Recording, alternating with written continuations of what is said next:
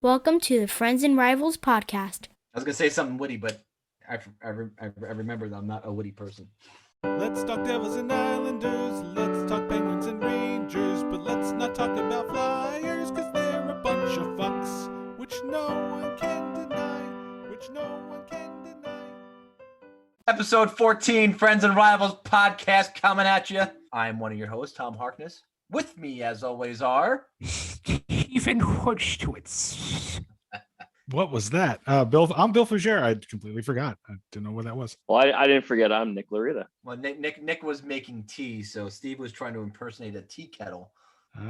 You'll be happy to know this week's show was sponsored by Dr. Seuss, Mr. Potato Head, Aunt Jemima, and Uncle Ben's Rice. Wait a minute. Dr. Seuss has been canceled? What happened? Well, apparently, his stories are racist and offensive to people. I don't know. And? People get offended by these. How about what about the Little Rascals? Maybe they could sponsor too. I know you're a big fan. The cake is talking. That was one of my favorite episodes ever. They can't even get away with old Bugs Bunny cartoons, let alone the Little Rascals anymore. So, but we digress. Yes, we do. But at least we have some sponsors. They're fictitious sponsors. They don't really sponsor our show, in case you were wondering. Wow. Way to break down the fourth wall. I just wanted to clear the air and make sure, just to reiterate that we're not yet sponsored and still looking for our first sponsor. All right. So wait, who were the sponsors again? Dr. Seuss, dead. Well, Dr. Seuss, right? With dead. Mr. Potato Head. Not a real person. Well, who makes Mr. Potato Head? Hasbro? Well, maybe we get sponsored by Hasbro. Nope. Next, we got Aunt Jemima, not a real person. Figures? Uncle Ben, not a real person. You wouldn't like your own action figure? Are you sure Aunt Jemima wasn't a real person? She was. And she made so much money off of that she was one of the happiest people on earth. Somebody has to have an Uncle Ben. Sure of that. Jemima's maybe not as common a name, but Charlie and Nora's kids eventually will have an Uncle Ben. True. That's true. That's about it. I didn't have an Uncle Ben. Did anybody else have an Uncle Ben? Nope. Sorry, man. I had an Uncle Bob. That's nobody. As close as I get. Yeah. I'm not sure I knew a Ben or Benjamin in high school or in school. I knew a couple, not many. We had a teammate that was a Ben. Our lacrosse goalie was Ben. Yeah? Yeah. Ben Dover? Oh. Whack. We are on fire tonight. I'm paging Amanda Hug and Kiss.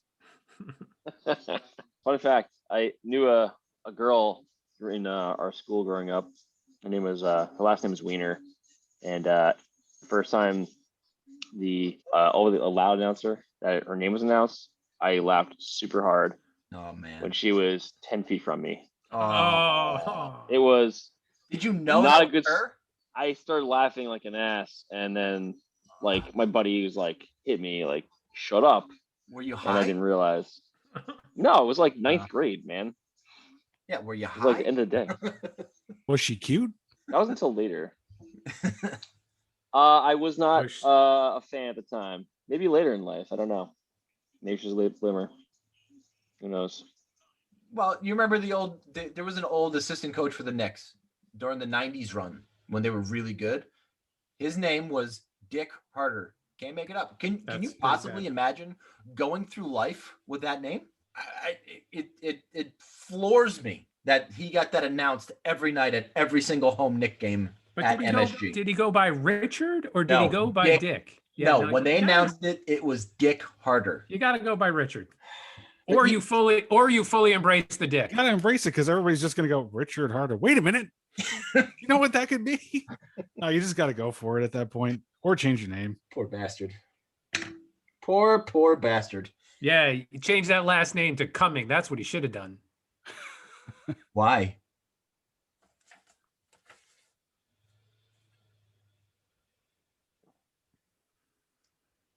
All right, dead air is not good for the podcast. Right. I forgot that. Dead air is not good for the podcast. So we must continue. So, Billy, Sis got the COVID, eh? It's about fucking time. Well, now, wait a minute. Now, are you seeing reports that I'm not seeing? Because I know he's on the protocol, but I didn't know that he was necessarily diagnosed. Got the COVID. What's the Well, protocol. Look, it's I'm sorry. I have to apologize because, within that bubble, they're allowed, me and Sid have our usual conjugal visit and it's all condoned by the NHL or whatever, but he had played his 1000th game. We were going to celebrate. I was going to sneak in a Chinese hooker. I didn't think ahead. So it's kind of on me, and I apologize. I shouldn't have done it. She had a low grade fever, was coughing a little bit. I didn't think it was like anything COVID-ish. I mean, I thought it was good. I thought it was the actress that played his girlfriend that maybe she had it. Because, you figure she probably had to travel from LA on a plane with other people. She probably didn't quarantine before the ceremony. Maybe it's because of everybody. It could be everybody who came to his thousands game. I mean, Pat Sajak already had the COVID, so he's not going to go back on the list like a week later. Plus, the Devils were smart enough to do the ceremony, before fans were back in the arena. They could have waited one game, had the ceremony in front of fans, but instead they decided to do it over the game before fans were allowed back in. Dude, I really don't get that. That makes sense. No? Last week we talked about the video tribute to Taylor Hall, and in front of nobody, and then they do the Pat Sajak celebration in front of nobody. I mean, what are they thinking? They've never been a team that is adept at marketing themselves. Never. Well, look, their and Twitter it used to be Lou's fault that the team didn't market itself, but it seemed like since Lou left, they didn't think to maybe hire somebody who had half of a brain when it came to marketing. But their Twitter feed is Twitter is great. Funny. The Twitter is great, but that's where it ends, right? What? That's on the marketing department. No, it's on the social media team. It's a completely different group. Well, they suck. The marketing department seems to reflect the play on the ice lately, so that makes sense. So who knows how long Sid will be on the COVID list. Kako was on there for 12 days. He just came off today. So it'll be about 2 weeks. So maybe about 10 days to 2 weeks until you see Sid back in your lineup. It could be less. It could be less. It all depends on. Yeah, I don't think Josh Bailey was on for the full 10 because he had he didn't get it, but he was in contact with somebody who had contracted it, and it was like their kid's like teacher or something like that, right? So it was like or babysitter or something. So it's basically like it could be anybody you've been in contact within, It could have been Sid's babysitter, yeah. Yeah, it could have been. It's very possible. So the point is, we don't know yet, and since it was only him, it's probably likely that it's just a trace contact thing.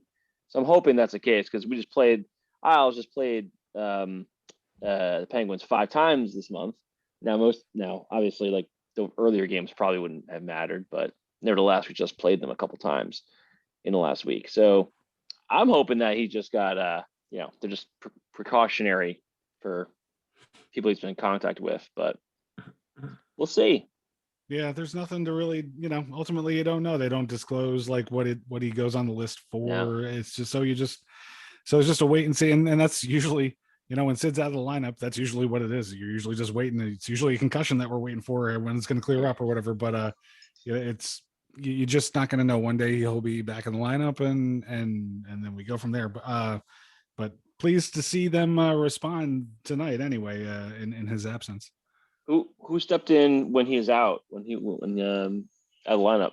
I honestly have not had a chance to look at that lineup. There was one name that I didn't recognize, Friedman or something like that, who played.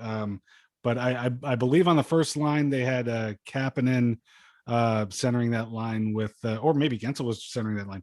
All I know for sure so far, because I haven't really seen anything yet, is I know Kapanen, Gensel, and Rust were on the top line. You guys got McCann back recently, right?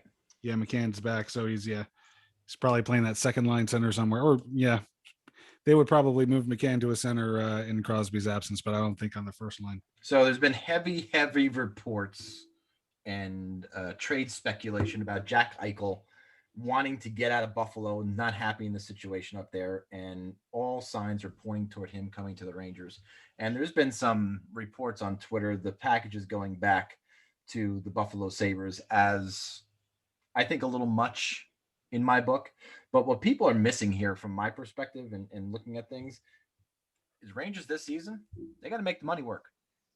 They can't even call up Morgan Barron right now to play fourth or third line center because they don't have the game day cap space to do that because of the cap space as well as the bonus structure that they have to hold for the end of the season. So they don't even have enough cap room to bring up a player in Hartford, let alone bring a guy who's making $10 million a year onto their lineup right now, unless those contracts go out the door. And I don't think Buffalo's knocking down their door asking for Tony DeAngelo or Ryan Strome or anybody else like that. So if you want to trade away Hedl and Kakko, that's fine, all you want. But still, you're still not getting Eichel on the team this year because you can't fit him under the cap space without getting rid of those guys. And you're not buying them. Well, you're going to buy out Tony DeAngelo at the end of the year. But again, that's at the end of the year. It doesn't help you for the next 2 months that we have to go through this regular season, which is why I don't think the Rangers pull the trigger and get Eichel during the season. I think it's in the off season. If they get him at all, it'll probably be at the draft. It's interesting because I'm looking at his contract. He's got another 6 more years on this deal. Yep. And he has no move contract starting in 22-23. So it makes sense. Even if they didn't move him this year, they could still move him next year if they really wanted to get rid of his contract. Although it doesn't seem like if the trend is going the same direction that he would last that long. But we've talked about this over some of the rumors we've seen, and I think it was Bucci had put up like a number of Rangers in a potential trade, that he felt would be, a no-brainer for the Rangers. And essentially it was about the four of the last four. It was four first-round picks, essentially. 3 prospects that are all first-rounders drafted by the Rangers, a first-rounder, and also including Kakko, who was number 2 overall. And then also one of the goalies. So that'd be a Grigorov or Shesterkin. So I mean that's to me. Well, look, crazy. I don't think they're trading either one of those guys to be right. But like the notion that you would want to trade all these years of being pretty much terrible for a guy that is basically he's the franchise player there, and Buffalo's not known for having great owners and ownership, and it could be the problem, but this is just smells of the Yashin trade to me. And when I saw that I was like, they better not over to that kind of trade. Yashin wasn't that young though, was he? Well, he wasn't 24 when he got traded. He was more in his late 20s, right? He was even late 30. No, he was in his prime. I can look it up. It's probably like probably 25, 26. Because he had played already for a bit with Ottawa and become a star. Yeah. Remember, he took a year off because of contract holdout, and then they traded him. But nevertheless, a bit of a story there. But because Eichel's, he's unhappy, obviously, and he's already been paid. Yashin wasn't paid. Everybody in Buffalo's unhappy. Right. And that's maybe the problem. But what if you make a big trade like that, and then he comes to your team and isn't able to get what he wants? Especially if you trade a lot of pieces away, you're weakening the team around him. So yeah, I don't know that. But as what you said, the trade was Kakko, Braden Schneider, Hedl, a goalie, and a first-round draft pick. And he said he would do the trade in 3 seconds. And shit, he'd throw in more. Yeah, I think that they're not. I think he's crazy. I think he's crazy. That. What's Hedl's ceiling? Second line center. And what's Kakko's ceiling?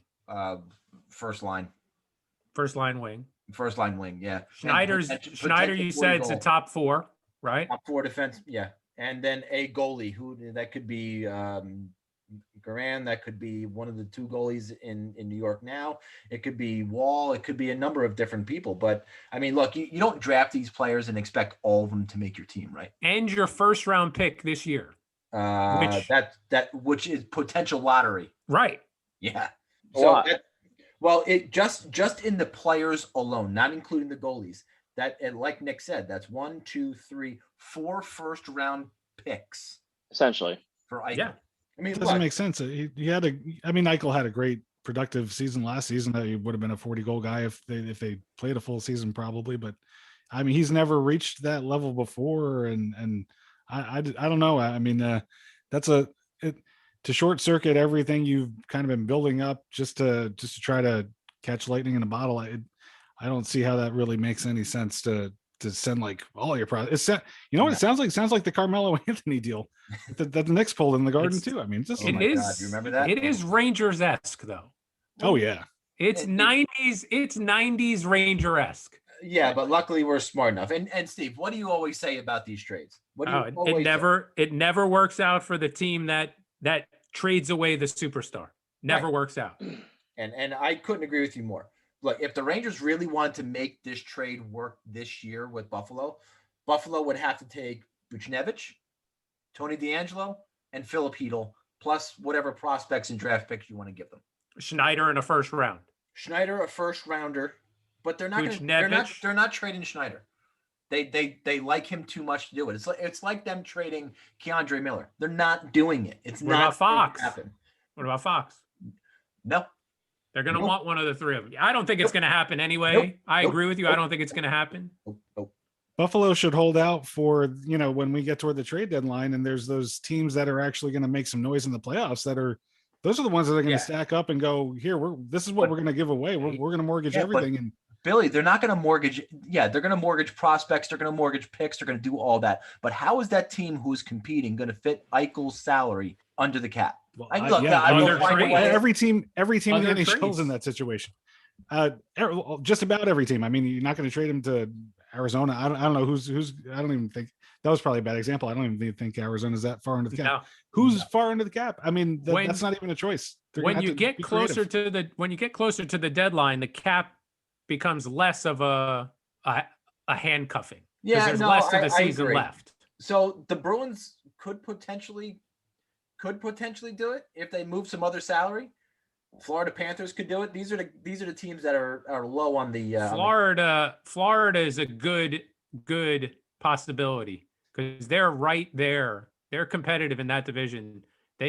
Having him would just put them over a couple of teams. But to trade Eichel is a little bit more difficult because of the salary and everything else. But Hall is an easier trade for them because even if they retain 50% of his salary, he's a free agent. Much. Yeah, he's a free agent. Yeah, doesn't matter. So even if there's no retention, there's no nothing. He's just a pure rental. So that's going to happen for sure. He's going to get traded sure. Man. Jeff Skinner, that's a weird one. How does just he keeps have getting no scratched? Goals? Right. How does he have no goals and was scratched for 3 straight games and is now playing fourth line duties? Yeah. When he was in Carolina, he scored against everybody at will. I think he's a guy that's going to, if he gets moved somehow, I don't think they can. That's a very hard contract to move. But if they moved him, I bet you he would turn it around. I think Buffalo's, it's not working out for him. I'm looking it up right now. He's making 9 Too much for the next 1, 2, 3, 4, 5, 6, 7 years. He's making $9 million. They committed hard. Nobody's taking that. That one's bad. He's not a center, man. Like, I don't know what you do in that situation. He's by the way, and he's got no moving clause. That's what a team like Buffalo has to do to keep a star player. Players, Jesus Christ. We talked about this before too. How the hell is Kyle Oposo still playing hockey? It seems like he's been in the NHL forever. He's 32. He's still got 2 more years left on his contract. This is this year and 2 more years. Still shocks me every time I see him playing for Buffalo. I mean, at least he's playing. We could have signed him again, re-signed him when instead of taking on Andrew Ladd's contract. And at least he's serviceable. Andrew Ladd, not so serviceable. So Andrew Ladd for Jeff Skinner, you doing it? I ain't take that's straight 2 years. Straight up, no money retained, no nothing. No money retained? Nope, no nothing. Just straight up Jeff Skinner for Andrew Ladd. So we're paying his contract for not 8 more years. I would never. How old is he now? How old is Skinner now? He's 28. Oh God. Yeah. It's a bad contract. Oh my God. Not for Skinner. A $9 million 35-year-old winger. Oh. Well, at least he's really big, though.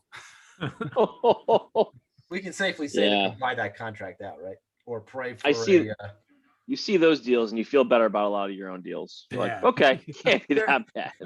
You're pretty excited about Andrew Ladd, aren't you? Right now? We ain't Buffalo. Oh, I mean, realistically, Buffalo has not much else really long term. the next 2 years, almost everything is up except for Kyle Poso this year, next year. So next year, almost everything's out. RFAs, UFAs. They only have Eichel, Skinner, Oposo for one more year. Tage Thompson, They're he's gonna on a have to very start small paying deal. Dahlin though. That's it. They're gonna have to start paying Dahlin.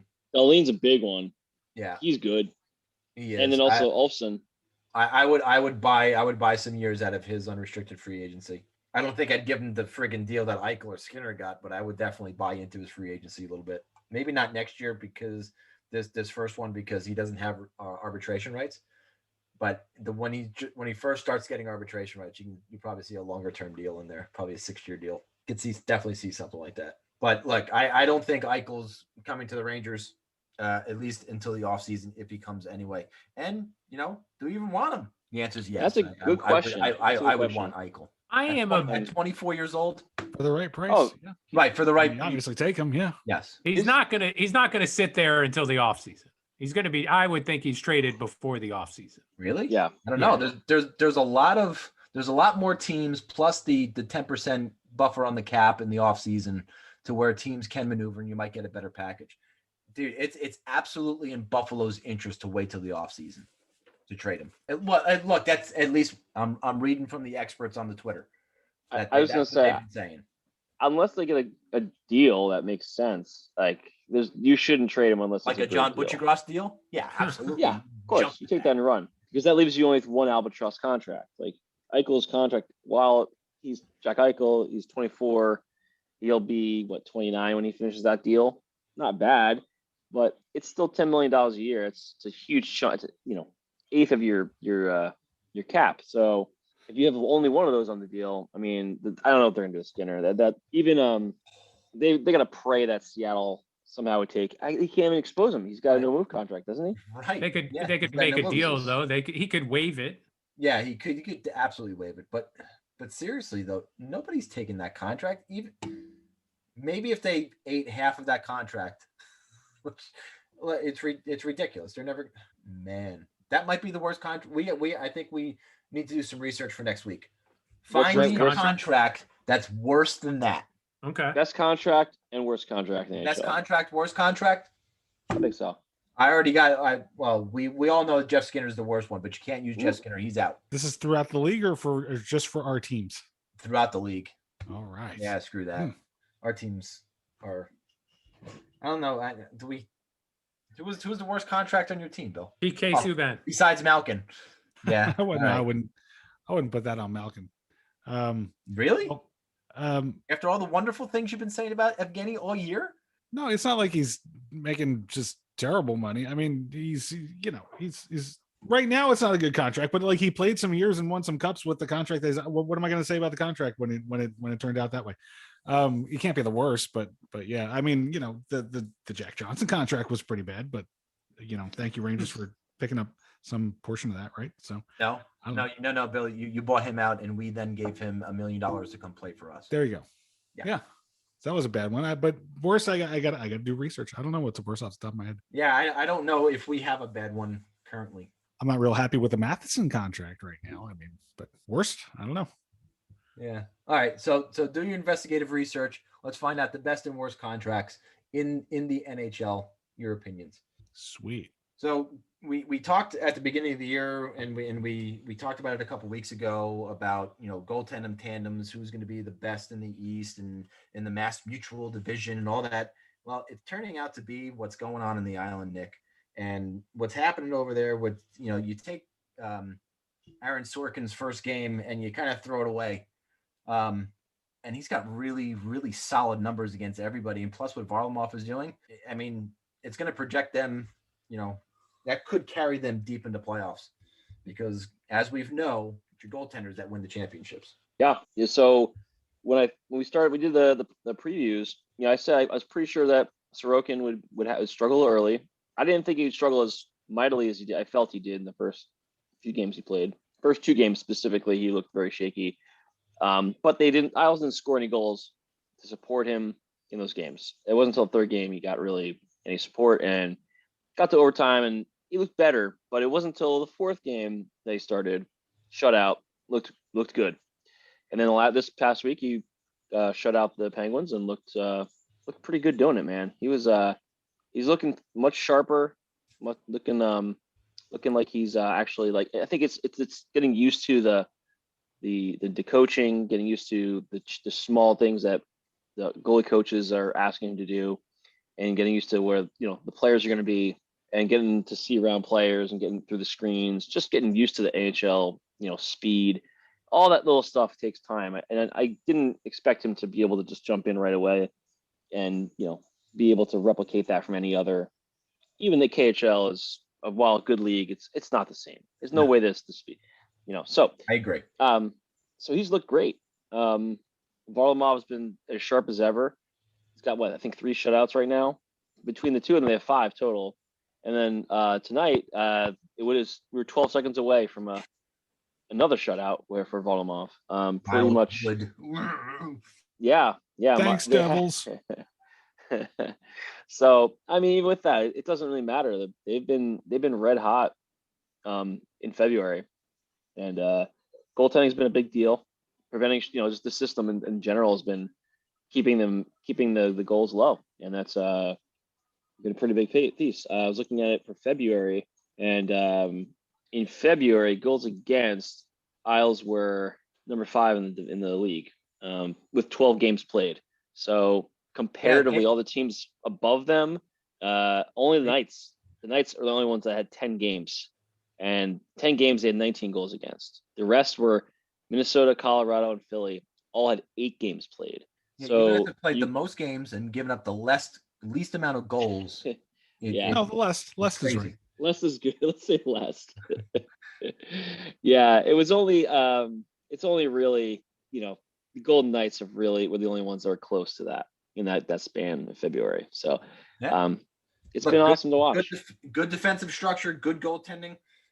Certainly catapults your tandem into the tops, certainly within the division. Who do you think's number 2 behind them? I think Halak and Rask are number 2 for sure. No question. I would have considered them close to number 1 until like this past week, but yeah. Yeah, I look, I don't disagree with you. I don't think Carter Hart's having that great of a season, to be honest with you. What's going on in Philly? I really just don't think he's having a good season. Blackwood was, started out like freaking ball on fire, but he's got a 920 save percentage. He's still playing great. He's just got nobody in front of him, and they're not scoring. Which brings us to the next kind of point that we are the Devils ever going to win again? No. He sure came back from the injury, from the COVID, got named captaincy, and the Devils have a goose egg in the win column ever since that happened. It's not his fault. Oh, it's absolutely his fault. It's the curse of Nico Hischier, as we're going to call it from here on out. That's fine. He should have just left those sticks in Switzerland. He should have. It's a new system, and the players just look lost at too frequently. They look lost, like they don't know where to be. Too frequently, it's 4 guys below the face-off dots. The puck goes back to the point, and the defensive player is chasing after the puck instead of being in front of where the puck is going. So they're always behind the puck defensively. You can't have this. Before the COVID hit them, I think we can all safely say that they were a very surprising team. I don't think anybody was expecting what they were doing, and they were playing really good structured hockey. No, they weren't. If you watch the games, they were not playing structured hockey. Well, they were against the Rangers, and those are the games I was watching.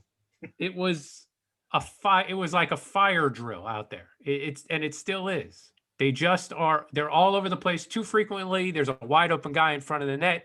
Too frequently, 2 defensemen are behind the goal chasing the puck, leaving guys open in the slot. They just don't know the system yet. And that's what everybody expected. That's why they were expected to finish so low, because it's a bunch of guys, it's a bunch of kids. If you take Subban and Palmieri off the team, they become the youngest team in the NHL. So, and you bring in a new coach. You don't give you have a 3-day training camp. You don't have preseason games. I know we joked about it, but you're right. We don't have preseason games to learn a system, not necessarily learn the players, but learn the system. You motherfucker. For all the shit that you gave me, you're flipping a goddamn switch now. You son of a bitch. We've been I flipping don't- that switch every week. If you haven't, I said it noticed. from the I beginning. have, but it's been tongue in cheek and been jokingly. Sounds like he actually meant it this time. Fucker. So this is what we expected from this team. This kind of play, this terrible penalty kill, terrible power play. Yeah, I saw a little bit of 5-on-3. That was It's you know why? that was a Mark struggle. Recchi. Mark It's because of Recchi. Mark Recchi. He's sabotaging the Devils from inside. He is a spy. I would Dude. have to be convinced that is not a fact. He was a Penguin and a Flyer. Okay, he was. Yeah. And he's got to hate the Islanders. So there's He- no possible way he's sabotaging the Devils when they're playing the Islanders. No way.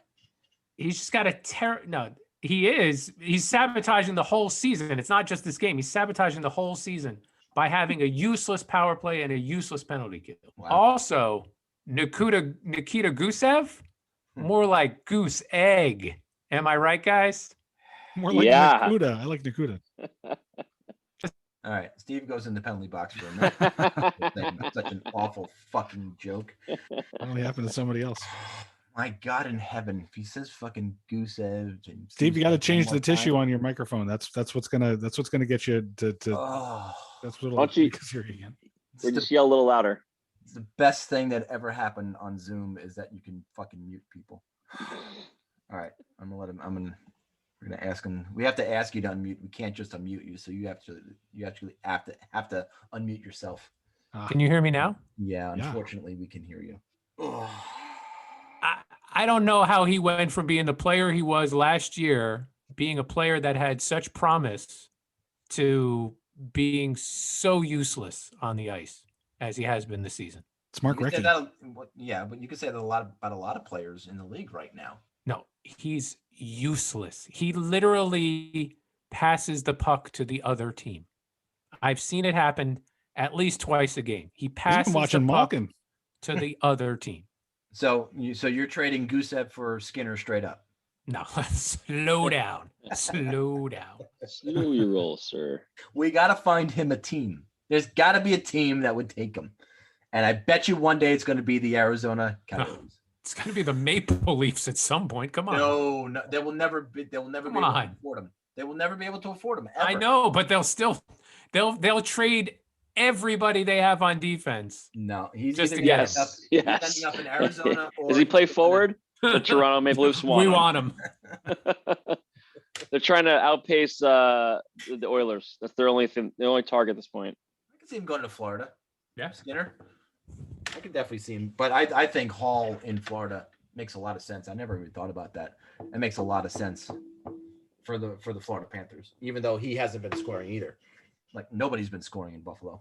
Can we stop talking about Buffalo now? The guy they put on the crease on the power play has been scoring. Oh, Who's that? Sam Reinhart. He Yeah. is. Yeah, he's a No. machine gun for sure. No, what's his name? Not It's Reinhardt. Not Sam Reinhart. No, sure? hang on. Darlene? Olsen? No. Olafson? Olafson sounds familiar. Yeah. Sounds like a name I heard tonight. He's He's a been playing well. yeah. Forward. Olafson. Victor Olafson. I don't know why. He's I got gave him that 7 goals on the season, and I want to say like 5 of them are on the power play. It would have to with that name. You have to camp out in front of the net. You're not like a skill player with the name. No. Olsen. You're like the big guy that just stands there screening the goalie, taking out the trash. You're thinking of Christoph Oliwa. God, nobody ever thinks of Christoph Oliwa. Yeah, I'll second that. I just love the name. It was a Christoph chant. Oliwa? Like it's I think it's more like Oliva. Ulf Samuelson, right? Christoph Oliva. There was no skill in Ulf Samuelson. He was a defenseman. He was a stay-at-home. There was They no don't skill in Ulf Samuelson. Yeah. It really wasn't. I was trying to make an argument. I can't. I absolutely can't. All right. Well, 4-point night, Steve. Go ahead. Uh, Get it out, man. Nikita Let it- Gusev. Let it come Nikita out. Gusev lost on the ice. .1. Pavel Zacha had a 10-game point streak. Came to an end tonight, but still he was playing very well. It was nice to see him have a nice stretch of games where the fans got off his back. See, there are positives. He sure hit in the face with a puck, misses tonight's game. No explanation. Wait, he got hit. That's why he missed tonight's game, because he got hit in the face with a puck. He took PK Subban's slap shot that deflected off a stick into the visor and somehow cut his face somewhere. Okay. But what that means in terms of why he missed tonight, nobody knows. This morning, Lindy Ruff was asked about it. He said, he said he still has to talk to the doctors. What are you waiting for? This happened on Sunday. That's the standard answer. That's a It's standard Tuesday. answer from all coaches. But you just Upper look like an body idiot. injury. You look like an idiot. And then my fourth point was the penalty kill and power play are just nightmares. Just nightmares. Now the penalty kill, 2 separate points. That's 5 points. You've gone over your special teams has been a nightmare. The penalty kill played well against Washington. The penalty kill played well tonight. Is that because they've been playing better, or is it because the Capitals and Islanders just took it for granted that they were going to score? I have something positive for you, my friend. They play the Rangers. They play the Rangers the next 2 games. Well, I got 2 positive things for you, my friend. They won in faceoffs tonight, 55% to 44% on draws, and they play the New York Rangers for the next 2 games at the Rock. So I gotta see something, because otherwise I'm just gonna give up hope that this little team that could.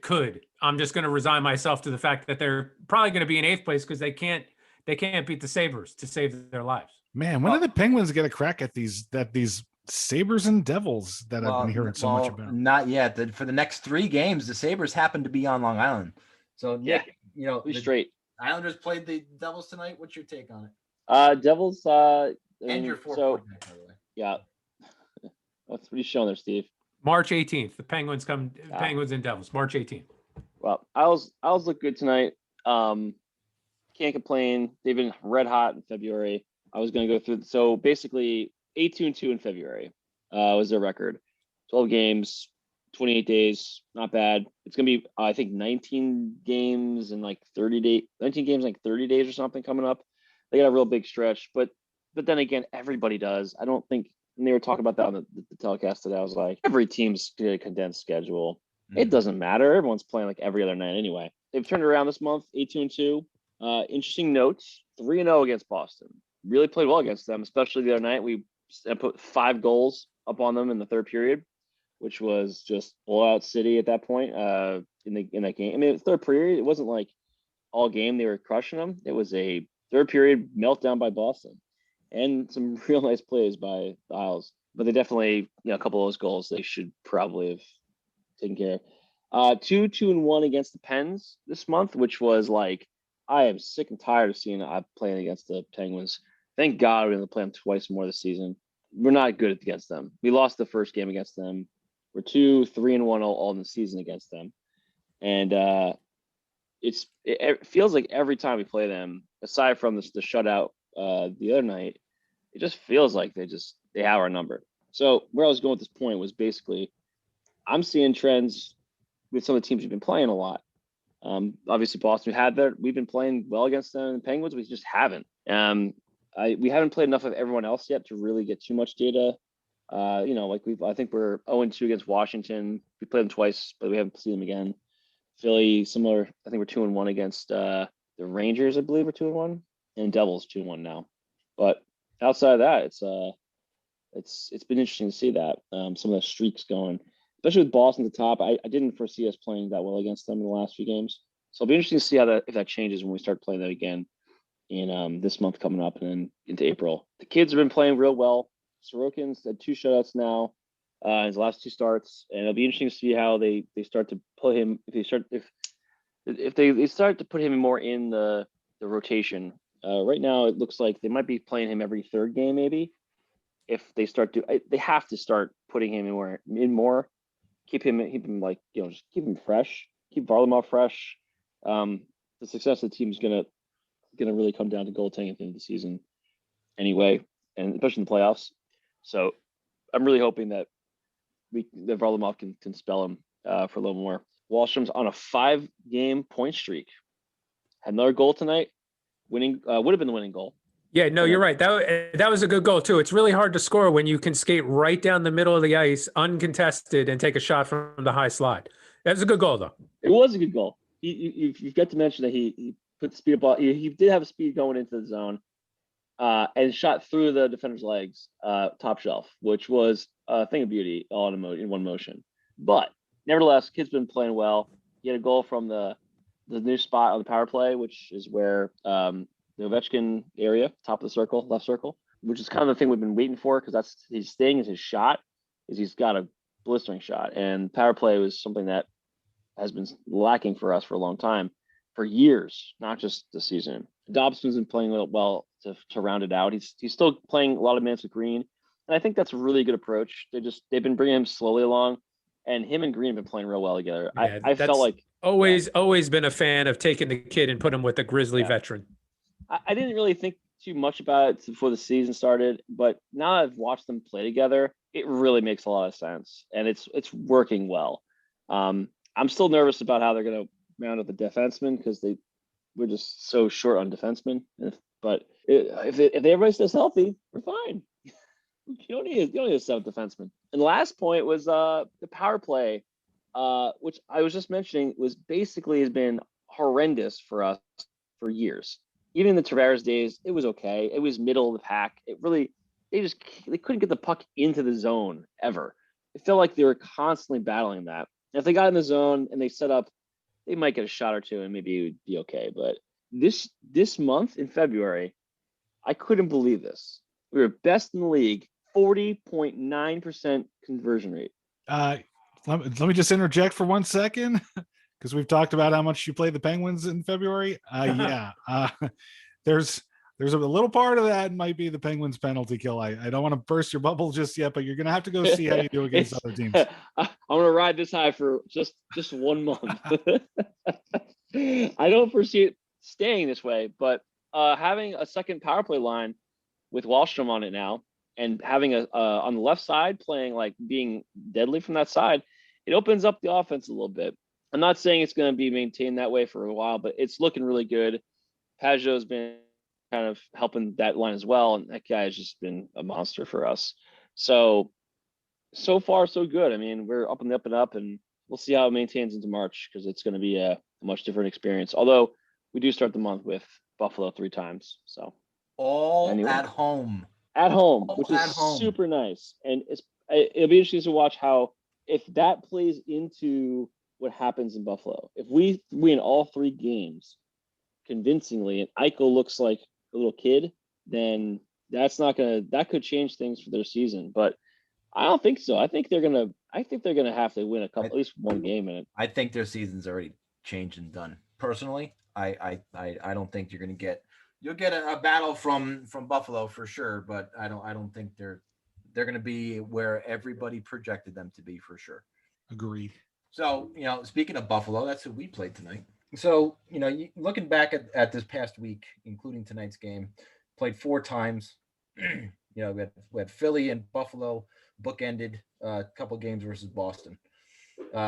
Look, the Philly game, we had a lot of guys out. I'm not making excuses. I'm not using that as an excuse as why we lost, because we had plenty of opportunities to win that game. 52 things, and we have a really fun Rob here with 52 things, and we have a I don't know what that is. I hit a link. It just started playing. Oh, okay. I know. I thought you were making a joke. I was waiting to laugh. No, I was like, Don't play. Shut up, man. You stop playing. Put it on mute. Fuck, where was I? Oh, we had plenty of opportunities to win that game, Philly. Just didn't happen. But it doesn't help when you have one of your projected complete first line out of the game in Hedel, Panarin, and Kako, and then your first pair defense. Well, your 1-1A first pair defense, right? With Miller and with Trouba all being out and playing a team against Philly, who just got a lot of their players back from the COVID list. It was a game the Rangers had an opportunity to win. They didn't. Kreider hat trick in that game. He's been ablaze this past week. He's got 10 goals on the season in 20 games played. In a normal course of the year, people would be screaming for him to have 40 goals this year. If he gets somewhere in between, 25, somewhere around the 25 mark, that would absolutely equate to him scoring 40 in a regular season. Lafreniere is on a little streak, looking more like a number 1 overall pick. I mean, he's got 3 points in the past 3 games. 2 goals and an assist, or a goal and 2 assists. And the goal he scored tonight kind of bounced off his leg, but you take him wherever you can, right? But he's looked a little bit more confident with the puck. Maybe it's because Panarin is not there and it's next man up approach. But he's definitely taken that the point to look a little bit more confident and play with a little bit more poise. Adjusting to the NHL without having played hockey for 10 months is certainly a challenge for anybody. I don't care what your name is. So hopefully he's turned the corner and we can put all the stuff we said bad about him in the first part of the year behind us. Saw an interesting. We said, sorry. Yeah, you're right. Me. We talked you off the fucking ledge. You're 100% right. You're 100% right. But I wanted to bring up something that I saw on the Twitter while I was on the shitter. And since David Quinn started coaching the Rangers in 2018, the Rangers have led the league in the following categories: penalties and minutes, penalty minutes per games played, penalties taken per 60, bench minors, and major penalties. Well, a lot of them kind of jive with one another. So No, once you start leading one, I don't disagree with you, but taking penalties and bench minors and all those things don't add up to wins, Billy. I don't know. Bench minors, especially because that's just boneheaded play. I agree. It's too many men on the ice calls. And look, I think we had somebody bitching. We had three too many men on the ice calls in one game. I know we took 3 offensive zone penalties like last week. So I mean, there's definitely a lot of boneheaded things. Maybe it's just because of age. Maybe when he took over, the age of the team went down dramatically. And maybe it's the boneheaded move. I think line changes is something you do your entire hockey career, though. Yeah, but not so it's bad communication from the coaches on who's up next. Yes, and that's the point I was trying to make. We'll fucking get to it. Let's go. Come on. Are you in a hurry for something? Yeah. It's 10:30. Are we not allowed to make that much noise because Tina's trying to sleep? Time. Is that what it is? It's night. Yeah. It's night time for Tina. Good night, Tina. I haven't gone yet. But I just thought that was very interesting. That's something you don't want to lead the league in, for sure. And if I always kind of have David Quinn's back because I think he still is the right coach for this team, in the structure that we're in and the age of this team and how to develop these kids. But that one took me by surprise. So people who want Quinn's head are going to look to those stats as one of the reasons why he should be gone. But again, those things I think can be fixed with communication and with age and with knowing your system. So even though that is a very negative stat on David Quinn, I still think it's fixable. But unfortunately, we don't have any games against the Penguins next week. Or no, do we? Yeah, we do. We start a 6-game road trip where we play in New Jersey, in Philadelphia, in Pittsburgh, and then 2 in Boston. So it's going to be a rough road trip coming up. But they're all rough road trips in this division. Yeah, unless you're just going to Buffalo, I guess. Right, but I mean, it's not that rough when you could sleep in your own bed for 2 of the games, though. Right. That I was gonna try and go there a little bit. It's not too bad when you can be at home while you're playing technically on the road, right? But the games in Pittsburgh and the games in Boston are definitely gonna be challenging for sure, to say the least, at any time. So we'll see what happens. Speaking of the Penguins, I tried to give you as much time because I know you didn't get a chance to watch the game tonight with taking your son to hockey and all that stuff. So I wanted to make sure I gave you enough time to kind of prepare yourself. Well, I go last every week. So I just thought that was my spot. Well, you want to keep everybody listening because I know the good stuff's at the back end. Yeah, that's what. Yeah. You want to be the anchor. You want to be the cleanup guy. That's no problem. We can. That's do that. me. Yeah, much like this past week has been much like the whole season for the Penguins. So it's been up and down and inconsistent, and they've been playing from behind for most of it. But like a week ago, they had finished a win in Washington, and then they had another game in Washington, obviously, on Thursday, and they fell behind 2-0. They battled back to tie it, and then a couple of calamity goals, couple of broken sticks led to goals against the Penguins, and it just made me wonder, because I mean, it was the Capitals' third and fourth goal of the night happened because somebody broke their stick, and that got exploited. I think it was Letang both times actually too. But what's with the NHL, and why don't players just go to the goddamn bench and get a stick instead of standing around useless? I mean, I feel like every team. Nobody. There's not a team in the league that says, "Hey, break a stick, call out stick, defenseman, something." Just to signal people that you're going to do something, and go to the bench for like an 8-second round trip, or somebody else jumps on the ice. Here's what you need to do: come up with an advanced statistic about it, and then they'll do something about it. Because that seems to be the only way they respond to anything. You're right, Steve. Because that's like in football where teams are like, "Oh no, we can't go for a fourth down. Even if it's a yard, we gotta punt it. Even if because we're on our 35 or on our 40. Even though the defense we've been playing against has had 4, 5, 6, 7, 8 play drive already. Who cares if they're tired? We got to punt. Same thing. I agree. Why don't you just call it out and go into a box real fast while your guy runs up and gets a stick? I mean, how many times do you see a defenseman lose a stick and then they're like, "Oh, we're screwed. We're just gonna sit in our zone with one guy who can't do anything." Can't do anything, right? Yeah, and then like it's actually worse because that guy lets the guy, whoever doesn't have their stick, typically the puck's gonna go in front of that guy, right? The person at the point is gonna take the puck, and they're gonna basically just do what they want, and they're completely, unobstructed to take a shot, to just fuck around with it, and then they could, while it's happening, their team can also rotate guys out, right? They can just your defense is getting tired. Yeah, exactly. It's so stupid. It just shocks me. Like sticks are such pieces of shit right now. Anyway, they shatter on it for any reason whatsoever that I can't figure out why they don't have a plan around this. Or if you're gonna do that, just go take the guy out. If the guy's at the puck, just check the guy, and then go get your stick. It's not gonna matter anything better than what they do right now. It's the dumbest. I agree. Well, I thought somebody would disagree. Considering that nobody in the league does it, it seems ridiculous. But that don't know what would have happened there otherwise. But the breaking sticks did cost them last Thursday, and then they were in Long Island because all they did was play Washington and the Islanders for the whole month of February. So then they were back playing the Islanders. Went down 2-0 in the game on Saturday night. Battled back and won that one in. Was it overtime or a shootout? I don't know. I think it was overtime. OT. Yeah, Letang scored in overtime. He scored a couple of goals, I think, in that game. They're all starting to run together for me, man. I'm with Nick, man.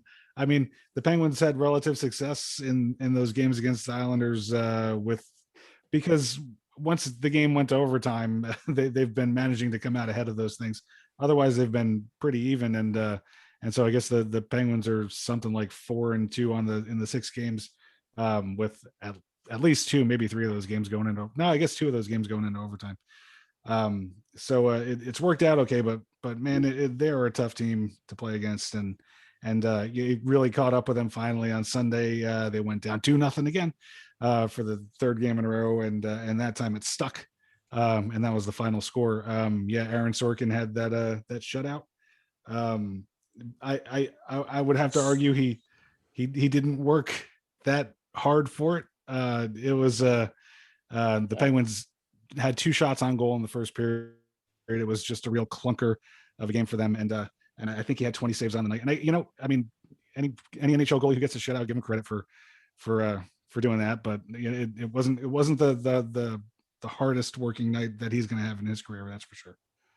Billy, I love it when you go because you have such shitty internet that you freeze for long periods of time, and then Zoom tries to catch up and speeds up your voice. I chuckle every single time because you sound like a goddamn chipmunk. And his video isn't moving, is it? Yeah, your video is not moving at all, Tom. Tom's video is not moving. But your voice is working. Speaking of shitty internet, I like probably the number 2 shittiest internet provider in history with Spectrum. Spectrum, you suck. Yeah, they do.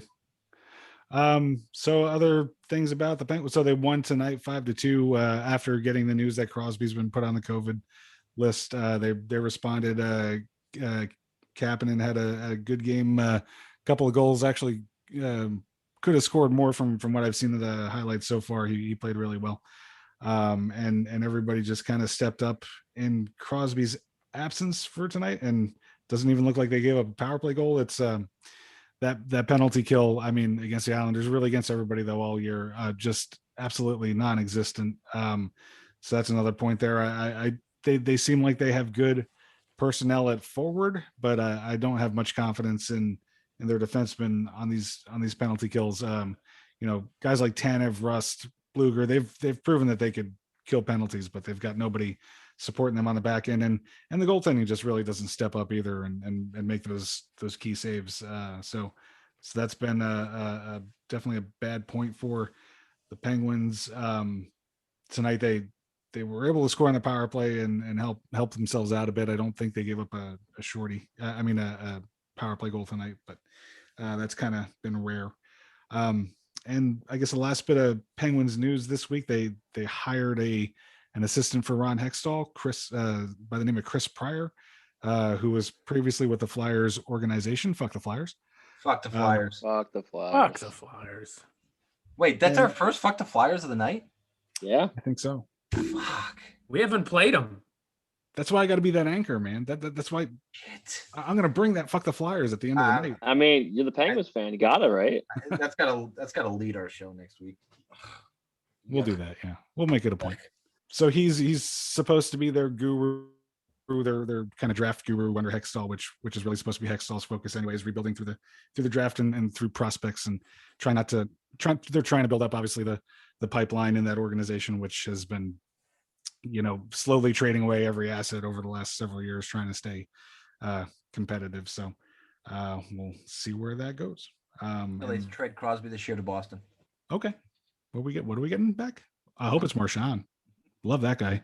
I doubt that would be part of the package coming back for sure. Yeah, Marchand, if he signs a 9-year, $9 million deal, sound good? Yeah, Jeff why Skinner. not? You're gonna trade Malkin for Jeff Skinner. Straight up. Oh boy, I got to think about that one. Money kind of works here. Maybe that changes scenery. maybe. And playing on a line with Crosby, maybe you don't trade Crosby after that. Maybe you win the cup. Gun to my head right now. I do. Wouldn't be surprising. No, it absolutely wouldn't be surprising. Wouldn't be surprising to see the NHL just hand the Penguins another cup. Jeez, are you still sore about 2005? Doesn't even make sense. Oh my God, he's still upset you got Crosby. That's true. I probably wouldn't be a Penguins fan if that didn't happen. Would you still be a Rangers fan? If the Rangers had gotten him, probably. He might have come back to the Rangers by now if the Penguins didn't get Crosby. You think that would have happened? I don't know. I think he had something up his ass about ownership. That's what I'm saying. But it wasn't too long after that Dolan became Dolan took that back seat and let I know. I still think he's a closet Ranger fan. I don't care what anybody says. I do a lot of things in my closet, but root for the Rangers is not one of them. Oh, it absolutely is. Secretly, your heart still races every time you watch the Rangers on MSG Network and listen to Sam Rosen botch another name. Your heart flutters. Oh, Sam. Hey, he's been pretty good. He had one oopsie tonight. Wasn't anything major. I even forgot what it was, but it wasn't a nip slip. No, definitely wasn't a nip slip. Thank God. Did he go, Neil Patrick Harris takes a penalty? No, he did not. He certainly did not do that. Who was the player? And let us guess the mistake. No, I don't remember. I don't remember. Useless piece of shit. Story of my life. Story of my life. Anybody got any more stories, or are we done? Oh no! In the intro, can you definitely mention Billy turns into the Micro Machine Man? Because it really is the greatest thing. I love It's amazing. I don't think Billy can't hear it, but He can't, but it's just it's the funniest fucking thing when it happens. It's Stuff gonna like I usually do. it's gonna give him a reason to actually listen to the podcast. You gotta- Oh, it's probably gonna happen right now because everything froze. It did. It did.